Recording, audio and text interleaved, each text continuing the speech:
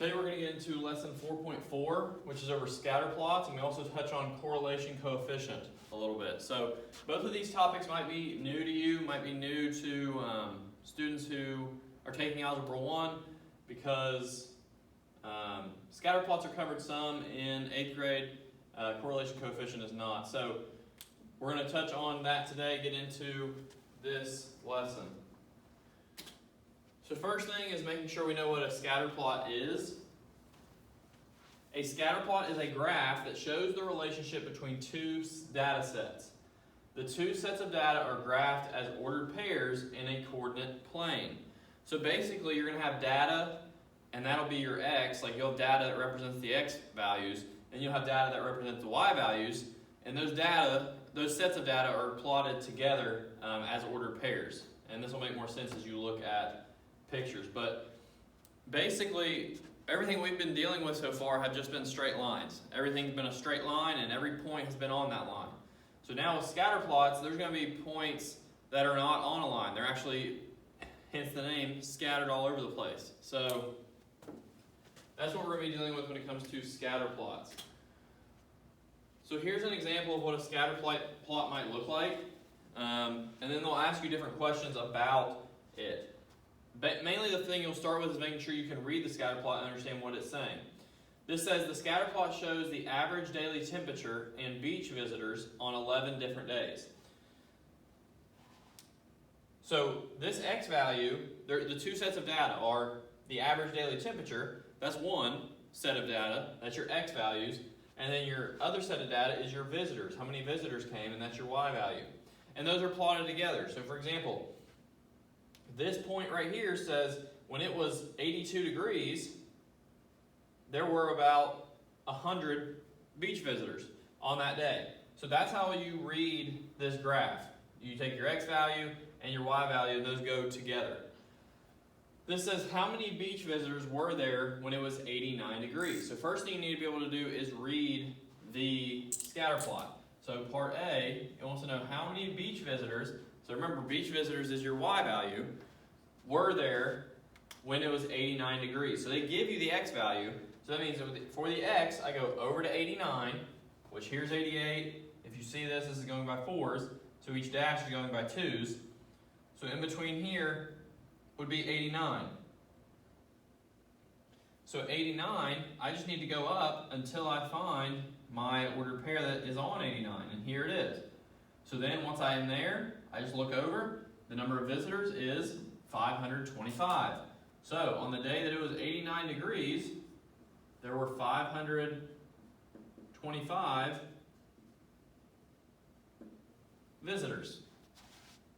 Okay, so that's how you read this scatter plot. And just the opposite, sometimes they might give you the y and ask you for the x. So part B says, what was the temperature when 300 people visited the beach? So 300 people, that means I'm going on the y-axis to 300, and I'm just going to go over until I hit my ordered pair. And there's the ordered pair, and if you look, go down, that is at 86 degrees.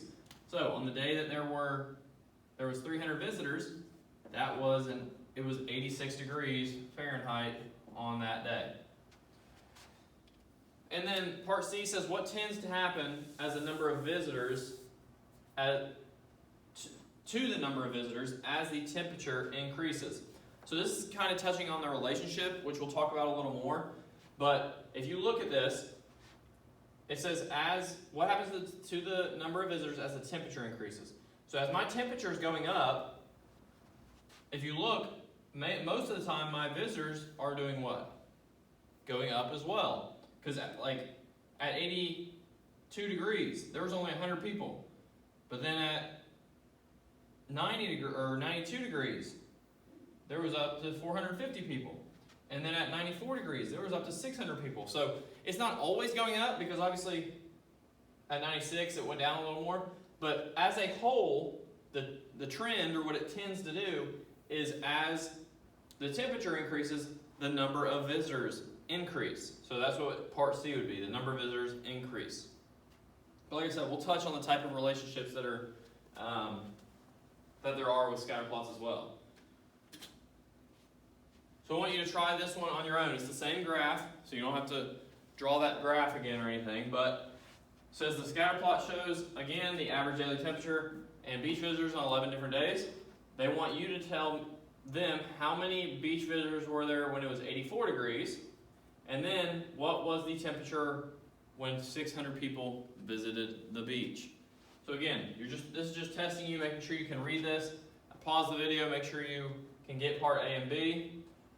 After you've tried it, we'll come back. It says how many beach visitors were there when it was 84 degrees. So I go on the x-axis to 84, and I'm going up, and there's my ordered pair. So then my ordered pair correlates with 225. So part A, when it was 84 degrees, there were 225 visitors. Part B, what was the temperature when 600 people visited, which I actually just discussed. I go up to 600 people, over to my ordered pair, and there it is. And then I see that that goes with 94 degrees Fahrenheit. So on the very hot day, there were a lot of people at the beach. So that's how we are going through and reading scatter plots. You need to be able to read scatter plots, understand what each point means, and able to use them. So, like I said, we're going to talk about the types of relationships there are with scatter plots as well. There are 4 main types of scatter plots that you'll deal with. There are positive linear relationship, negative linear relationship, quadratic relationship, and no relationship. I'll go ahead and tell you, quadratic relationship is the least common. Okay, that's probably one you're not familiar with, but that's the least common one. We'll still see what it looks like, but the main 3 are positive, negative, and no relationship. And we'll look at examples of what each of those would be. Remember, we've talked about linear before. So positive linear relationship and negative linear relationship does not mean the actual points are all in a straight line. It just means that the relationship itself is moving in a straight line direction. Okay, so that's very important to understand because some students might think, well, this looks like it's going in a positive direction, but these points are all in a very straight line. They don't have to be in a very straight line, they just have to be in a straight direction. And I'll show you what that means. So here's the top 4 pictures of those 4 different types of relationships. So again, I pause the video, make sure you draw these, write these down. But like I said, this is what I was talking about when I say, obviously all these points aren't in a straight line. Because like this goes to there, there, there, there. Which, that's the thing with scatter plots. You're not connecting the dots. You are just looking at the direction they're moving. So all of these are moving in a positive direction, which we've talked about before with slope and that type of, and linear equations. So this graph, again, don't have points all in a straight line, but they are moving in a positive direction, meaning they're going uphill. And just the opposite, these are all not in a straight line either, but they are all moving in a negative relationship. They're moving in a negative direction, so this is a negative linear relationship. No relationship is whenever it's completely scattered and there's no direction at all with them. Okay, so there's no obvious everything going up or everything going down. So if there's no obvious positive or negative relationship like that, it is just no relationship when it's completely scattered with no obvious relationship showing. And then quadratic relationship, which is something we haven't touched on quadratics yet, which we will later on.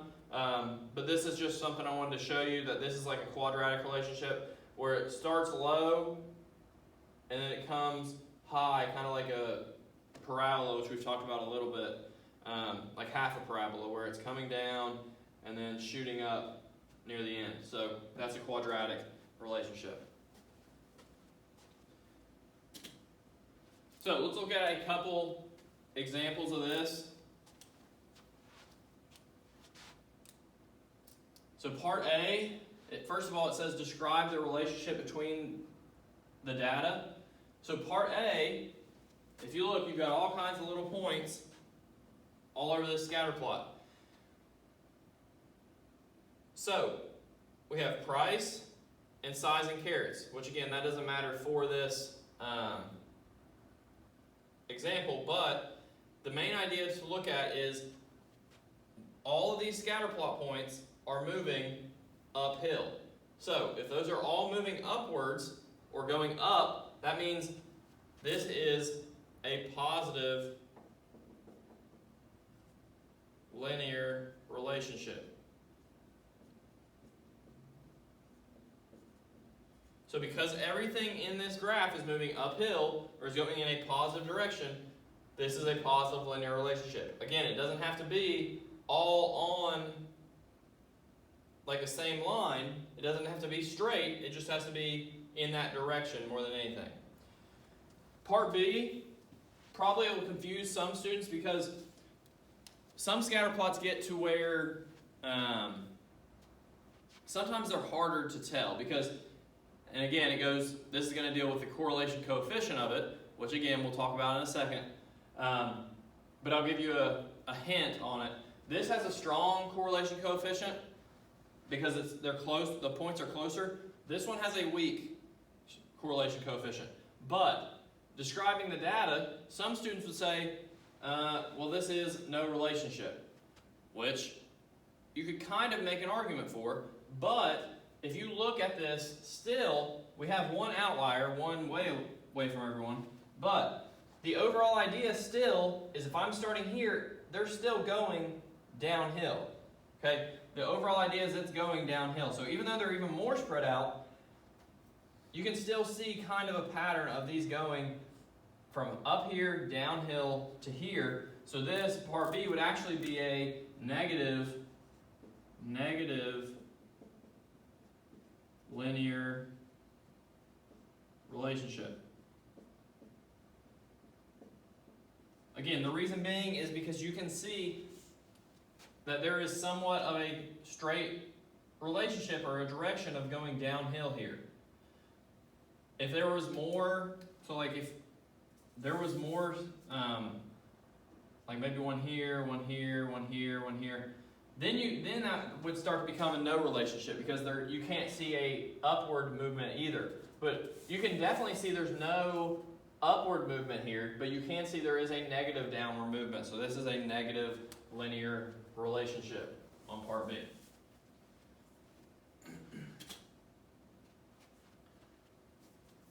So this says, they also might give it to you in tables and ask you to describe the relationship between the data.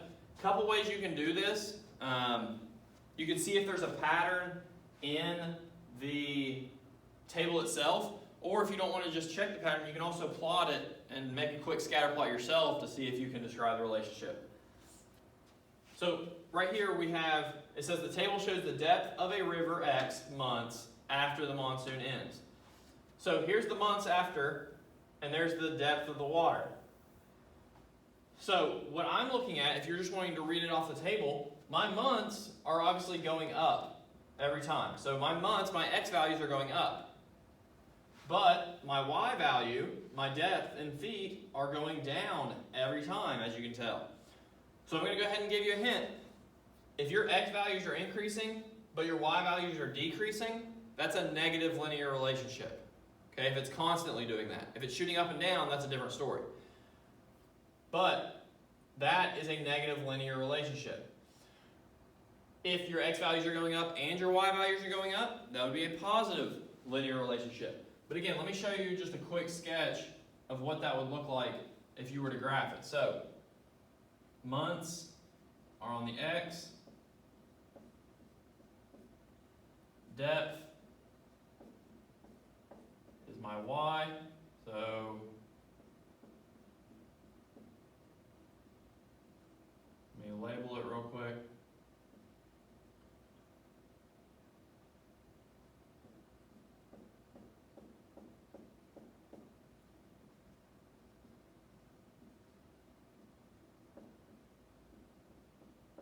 Again, this won't be perfect, but you'll get the idea of it.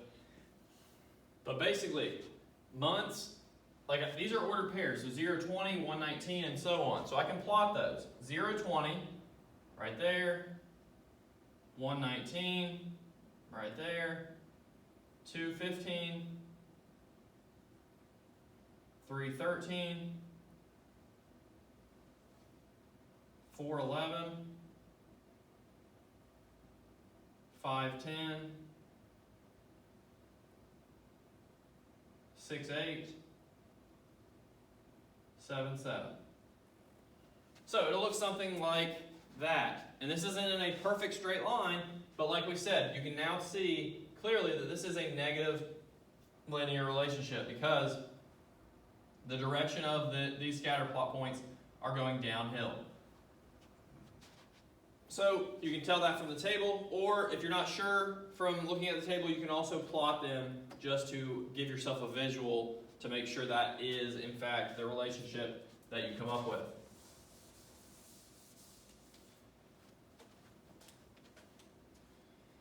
So last thing we need to discuss is correlation coefficient.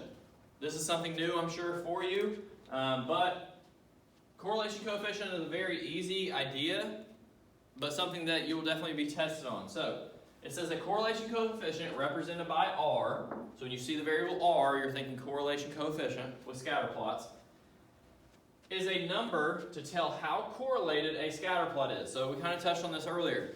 Pretty much when it says how correlated, it's talking about how close those points are or how far apart those points are. Correlation coefficient ranges from -1 to 1. So the only numbers that correlation coefficient can be is in between -1 and 1. Negative numbers for R means the data set is negatively correlated. So pretty much a negative linear relationship.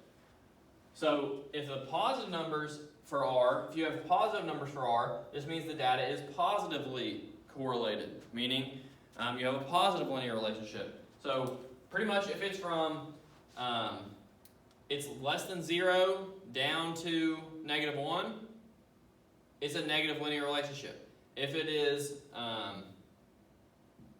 greater than 0 up to +1, it's a positive linear relationship. And if you have a correlation coefficient of 0, that is no relationship. But it's very, very hard to actually have a true no relationship. Usually it might be very weak, but it might be positive or negative, very weak correlation. So let's look at things you might see with this. And this is what I actually haven't touched on this, but this is something important too. The closer the R score is to -1 or 1, the stronger the correlation. The closer the correlation coefficient is to 0, the weaker the correlation. So basically, if you have, because you're going to have 4 different types. You're going to have strong positive, strong negative, weak positive, weak negative.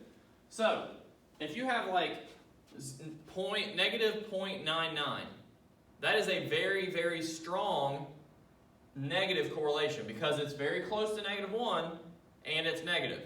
If you have, but just the opposite, if you have like positive 0.2, that is not very close to 1. It's a lot closer to 0 than it is 1. So therefore that would be a weak positive correlation. So make sure you understand this. If it's close to -1 or 1, it's a strong correlation. If it's closer to 0, whether it's positive or negative, it is weaker. And here's a picture to give you a better idea of what these correlations might look like. And you can draw this, pause the video to draw these, write them down. But as you can see, like the strong positive, if you have a correlation coefficient of 1, if it's just 1, that is a straight line.